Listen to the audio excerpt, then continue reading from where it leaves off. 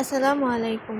আমি এখানে কলিসহ পায়জামা সেলাই করার ফুল ভিডিওটি আপলোড করেছি। এখানে হচ্ছে কলিটি আমি পায়জামার উল্টো সাইডে রেখে সেলাই করে দিচ্ছি।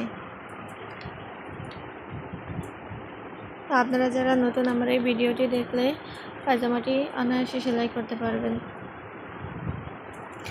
দেখুন আমার এখানে কলিটি জয়েন করা এক পাশ হয়ে গেছে। এখন অপর পাশে আমি কলিটি জয়েন করে নিচ্ছি। তো আপনারা ঠিক সেম একইভাবে ডাবল করে সেলাই করে দেবেন, এতে করে কলিটি সেলাই ভালো হবে, সহজে খুলে যাবে না বা ছিঁড়ে যাবে না।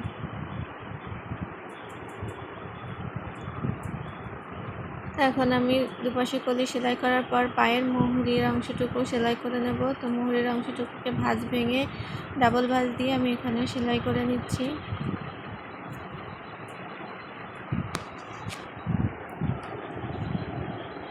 তো সেম একইভাবে অপর পায়ের মুহুরির অংশটুকু আমি সেলাই করে নিচ্ছি। আমার এখানে মুহুরির অংশের মাপটি হচ্ছে 6কে 2 দিয়ে গুণ করলে হয় 12। তো 12 ইঞ্চি মুহুরির, তো আমি এখানে 12কে 2 ভাগে ভাগ করে 6 ইঞ্চি নিয়েছি।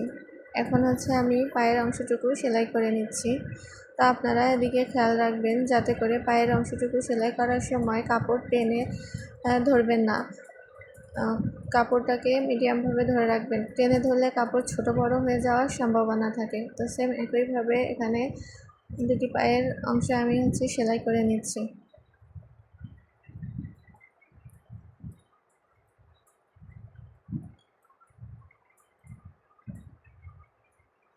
তো এর উপরে আমি ডাবল সেলাই দিয়ে দেব, যাতে করে আমার সেলাইটি আরও মজবুত হয়। তো আমি এখানে ডাবল সেলাই দিয়ে নিচ্ছি।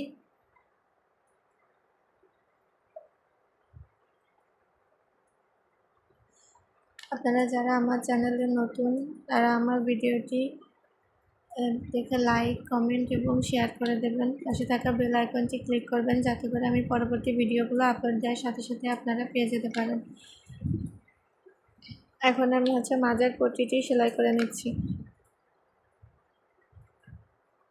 তো মাঝের পট্টির কাপড়টিতে আমার কিছু অংশ কাপড় জোড়া দিয়ে দিতে হবে, তাই আমি জয়েন করে জোড়া দিয়ে নিচ্ছি।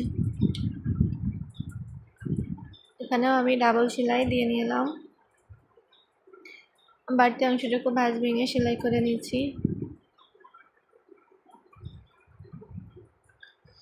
এখন আমি দুইটি মাথা একসাথে করে সেলাই করে নেব। এখানেও ডাবল সেলাই দিয়ে নেব।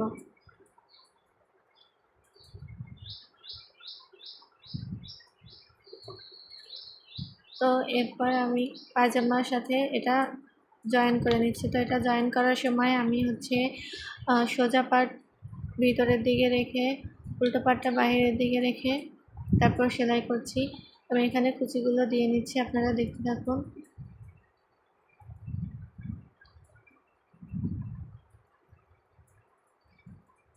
কুচিগুলো দেওয়ার সময় সাবধানে থাকতে হবে, যাতে উপরে বা নিচের কাপড়টা টান না পড়ে। টান পড়লে আপনার কাপড় ছোটো বড়ো হয়ে যাওয়ার সম্ভাবনা থাকবে এবং কুচিগুলো ভালোভাবে বসবে না। তো আপনারা যারা সেলাই কাজে নতুন, আশা করি আমার ভিডিওটি দেখলে সহজেই বুঝতে পারবেন এবং একটি সালোয়ার সেলাই করতে পারবেন।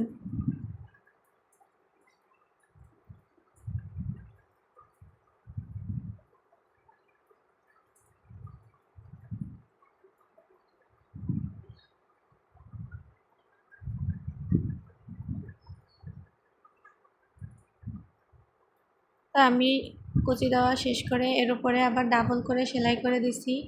প্রত্যেকটা সেলাইয়ের ভিতরে ডাবল সেলাই দিতে হবে, এতে করে আপনার সেলাইটি আরও মজবুত হবে।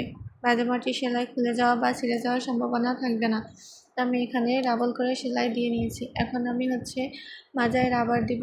তো রাবারটাকে 11 ইঞ্চি করে কেটে নিয়ে 2 ভাগে 24 ইঞ্চি করে নিয়েছি। আপনাদের মাজার যেটা হবে সেটা তার থেকে অর্ধেক করে 4 থেকে 5 ইঞ্চি বেশি নিয়ে রাবারটি কাটিং করে নিতে হবে। তো আমি এখানে রাবারটি জয়েন করে নিয়েছি, জয়েন করে বাটি সুতাটুকু কেটে নিলাম। এখন আমি রাবারটি পায়জামার সাথে অ্যাটাচ করে নেব। দেখুন কিভাবে আমি রাবারটি জয়েন করি।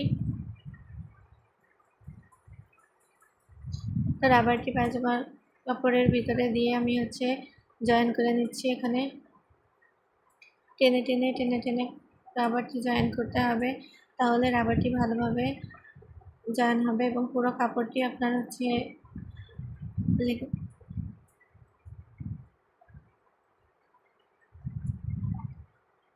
কভারেজ করতে পারবে।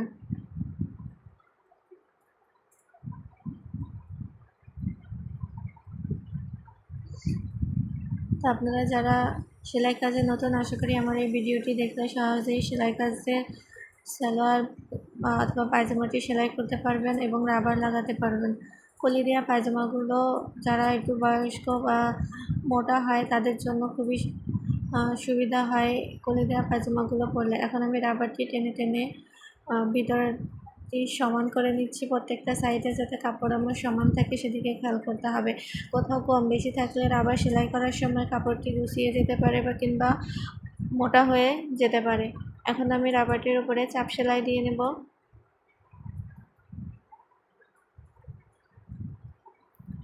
আমি রাবারটির উপরে চাপ সেলাই দিয়ে নিচ্ছি।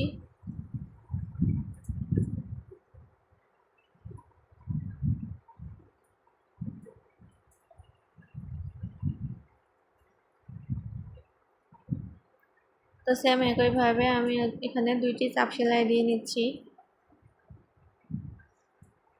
এখানে আমার 2টি চাপ সেলাই দেওয়া হয়ে গেছে। আমার পায়জামাটি তৈরি করা কমপ্লিট। আসসালামু আলাইকুম, ধন্যবাদ।